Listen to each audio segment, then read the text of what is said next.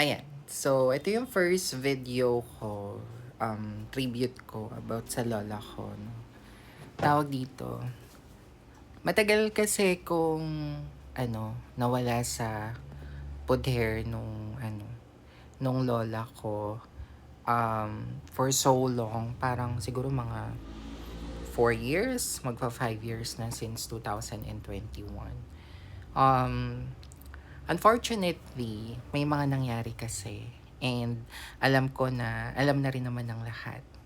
Dahil, syempre, may nagkakalat. But anyways, alam naman yun ng family namin. Alam naman yun ng relatives namin. Alam naman yun ng mga kapitbahay namin kung sino at kung ano yung nangyari. So, I'm not going to comment about it anymore.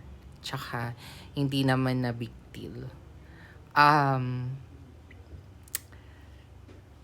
I'm going to speak in behalf of my family, no? Past few years, yung lola ko kasi, very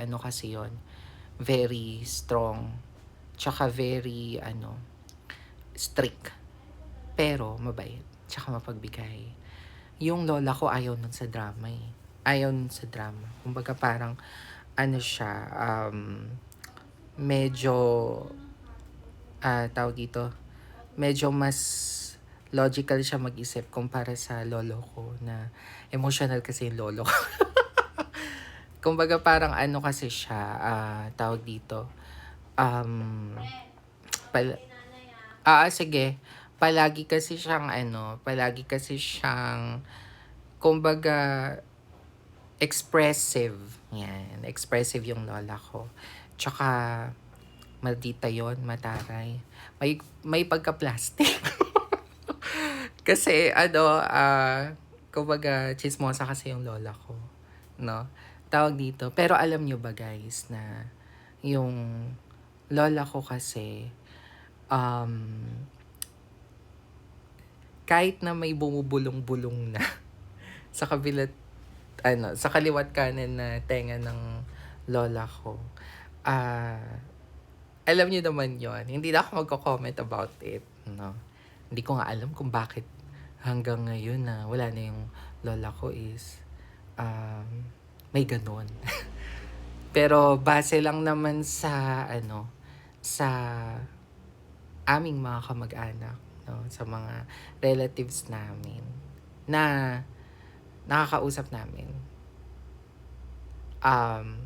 Yung mga second cousin and mga third cousin, pabayaan na lang. Kasi, tawag dito, ano bang tawag doon?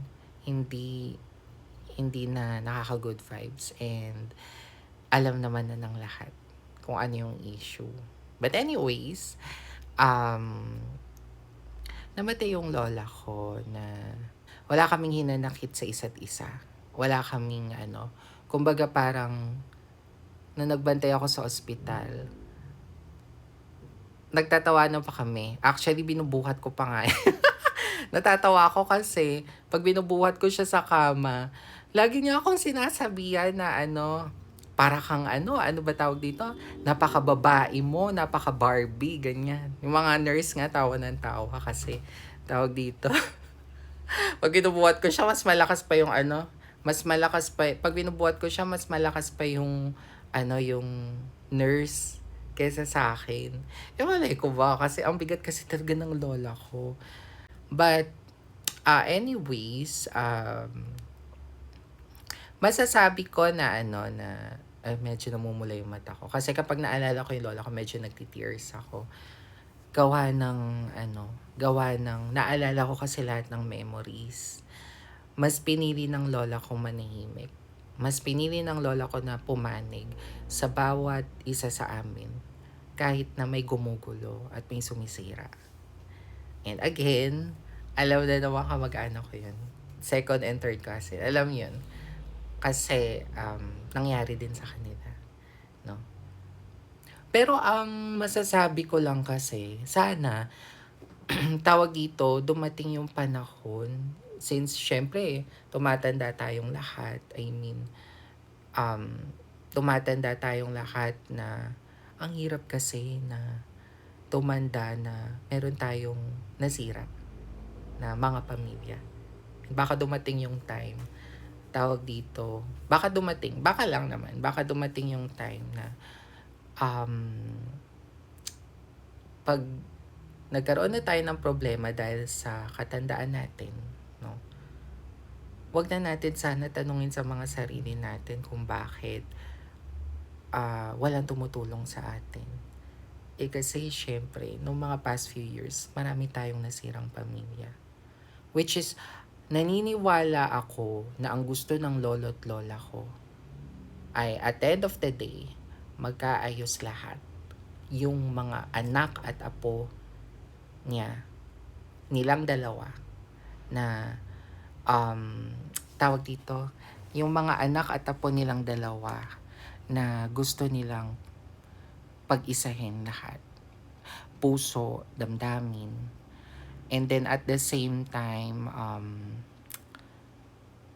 mawala ang paninira. So, namatay yung lola ko na may ganong issue. Nakakalungkot. Wala kaming laban. Pero, tawag dito, alam ko na sa lahat ng tao na nakakakilala sa akin, sa lahat ng tao na nakakakilala sa amin, sa mga kapitbahay, sa mga kamag-anak, alam ko na ang mananaig palagi sa mga puso't isip ninyo ay at the end of the day, tayo ay pamilya. At the end of the day, pamilya tayo na pamilya tayo na dapat required na magkapatawaran, magkaintindihan, at hindi masira. Nakakalungkot kasi yung lola ko kasi, namatay kasi siya na may sumira kasi talaga sa pamilya nila ng lola ko, sa mga kapatid niya,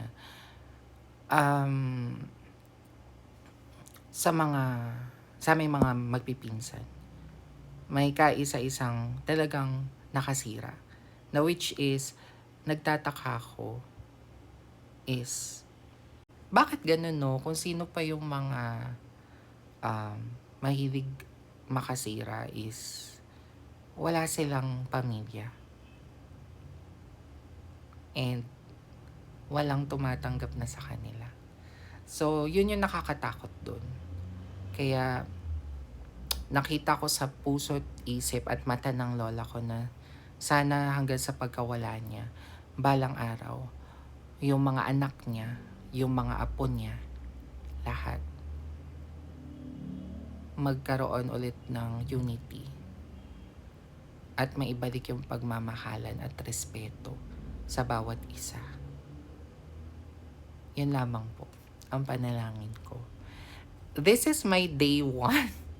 Part 1, day 1 ng story and experience with my lola. I hope everyone